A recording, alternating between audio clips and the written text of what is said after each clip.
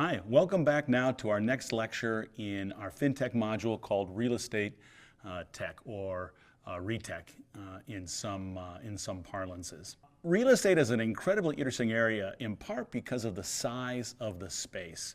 By almost any measure, real estate, which is sometimes classified as a so-called alternative investment, is vast. As an asset class, as an area of interest, and certainly as an area of identified interest with respect to fintech, digital methods and technologies, and also interest by those who overlap in both areas. It's called alternative, although depending upon your phenomenology or your metaphysics, you might presume that real estate preceded humanity. There, in other words, was probably real estate before humans. Real estate around the globe is a large area. Getting a handle on exactly how large, either with respect to market cap or valuation or returns, is a challenge, in part because of its vast nature. How we define it, how we track it, and so on. But what's clear is that it's very large.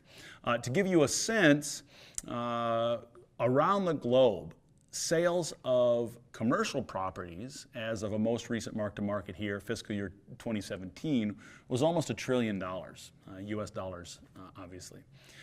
Within the United States, just the commercial section of what we call the real estate asset classes in fiscal year 2017 was about $376 billion.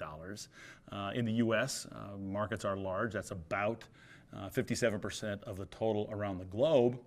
Another area, which we'll define a bit in a second, the residential sector for real estate, saw 5.3 million homes, what are called existing homes, and almost 670,000 new homes being sold in 2018.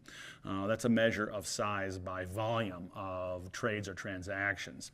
There are about 86,000 real estate brokerage firms in the United States. Again, from the most recent economic census data we have available to us, and 2 million active real estate licenses, that is to say, those who are qualified as brokers to sell real estate in the United States. It's big by many different measures from many different perspectives. In addition, many professional asset allocators and investors are expecting real estate to expand, although there are some immediate concerns about what some would call bubbles in certain areas. Increasing allocation to real assets as part of investment plans has been democratized. You might have heard of the famous endowment model, followed by university endowments and foundations that allocate to tangible asset classes, of which real estate is at the heart, or even individuals who might purchase real estate in some sense. Although there are some trends against some demographics, especially in the US, especially those we might call millennials, as we've discussed, who have differing preferences over owning some areas of real estate. Appreciation, or rate of return, or ROR, has been ongoing and positive in the US and around the world over recent historical periods. On the graph you see in front of you is what we call the NCRIF data, moving across multiple what we call sectors in real estate: apartment buildings, office buildings or office spaces, industrial properties, retail properties, and then hotels. Roughly speaking, although variances can occur, generally thought to be from lower risk on the left to higher risk, less procyclical on the left to more procyclical on the right. In other words, more attuned or connected to the macroeconomy. And then within those subsectors, suburban office space versus central business district or CBD, malls versus retail centers, or apartments and hotels treated separately.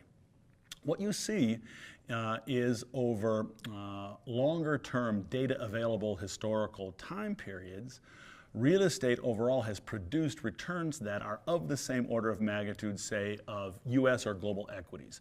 You can see apartments have, including all returns, that is coming from cash flow plus price appreciation, has been around 10%. In the last 5 years, it's a little bit less, around 8.6%, and over the most recent year available, 2017 to 2018, about 6.3%. There is variation across classes. Industrial properties have appreciated on average more, and we might say that suburban office space in the aggregate has appreciated less. But one thing's clear, it's been positive. It has been positive across diverse kinds of real estate.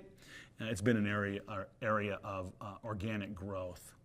It's not to say, though, that that's resulted in forward-looking valuations that are at historical peaks. In fact, one statistic useful for measuring by either expected real estate returns or current what are called yields on real estates are to look at cap rates.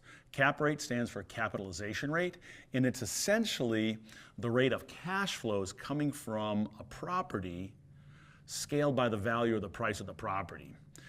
It's often compared to a dividend yield in stocks or a yield on bonds. Here you can see a rate spread compared to the 10-year government bond yield as of the third quarter of 2018 and the end of 2017. It's a comparable spread in part because real estate is often held over longer holding periods than, say, a typical stock can or might be held, although certainly people hold stocks for a long time. And it serves as a benchmark spread. Real estate has and is expected to earn, based on current cap rates, more than U.S. government bonds, but those spreads have actually decreased in very recent times. Still, in part because of risk, in part because of forward-looking expectations, they've tended to have yields or cash flow percentages above U.S. Treasuries. And as you can see, there's diversity both across type of property and geographic location in the yield spreads. For example, although they're of the same order of magnitude, office space in Asia or Asia Pacific in the aggregate has earned or is expected to earn on the basis of capitalization rates greater yield than office space in Europe. So again, across office, retail, and other spaces in Asia, US, and Europe, we do see some historical and current differences in yields.